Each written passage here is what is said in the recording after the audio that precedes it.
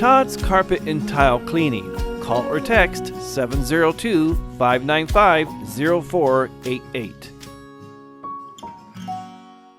On October 21st, it was reported that the first convoy of approximately 20 carrying aid for Palestinians in Gaza had crossed the border. As you may know or remember, the Palestinians in Gaza have been desperate for this aid due to their lack of food, water, medicine, and energy. However, energy will not be a part of the list of aid, despite Gaza hospitals desperately needing it to treat the wounded. However, a United Nations food chief has called for more aid to flow into Gaza, their reason being that a catastrophic humanitarian situation is currently occurring in the Gaza Strip. Cindy McCain, the executive director for the World Food Program, stated that people are going to starve unless they get humanitarian assistance now. We need many, many, many more trucks and a continual flow of aid. On October 22nd, a second convoy of approximately 17 carrying aid finally made it to the Palestinians in Gaza. On that same day, both President Joe Biden and Israel Prime Minister Benjamin Netanyahu stated to the public that there will now be a continuous flow of this critical assistance into Gaza. Finally, earlier today at approximately 9:46 a.m., a third convoy was confirmed to have entered into Gaza by the UN Palestinian Refugee Agency. However, the UNRWA has stated that refugees will be running out of fuel in Gaza in about 3 days,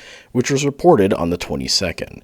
Meaning that tomorrow is when they expect the energy to be completely gone. Felipe Lazzarini, the UNRWA Commissioner General, stated that without fuel, there will be no water, no functioning hospitals and bakeries. Without fuel, aid will not reach many civilians in desperate need. Without fuel, there will be no humanitarian assistance. Without fuel, we will fail the people of Gaza whose needs are growing by the hour, under our watch. This cannot and should not happen. Speaking of the fuel shortage dampening the hospitals greatly, a report was recently released stating just how hard the decisions are for the hospital doctors due to the scarce amounts of fuel. Dr. Mohammed Kyandil, who works in the Nasir Hospital in Khan Yunis, stated that every day if we receive 10 severely injured patients, we have to manage with maybe 3 or 5 ICU beds available. We have to choose who must face death or manage them in regular wards or do some limited care because we think as a medical team, between 2 patients in a life-threatening situation, we have to give the ventilator to the patient who has a higher chance of improving in 24 hours. Not only that, but it was reported as well that the lack of energy is dangerous for the premature babies inside of glass incubators at neonatal wards. Their lives hinge on the constant flow of electricity. This is in danger of running out potentially tomorrow. According to reports, approximately 130 premature babies are at grave risk, spanning across 6 different neonatal units.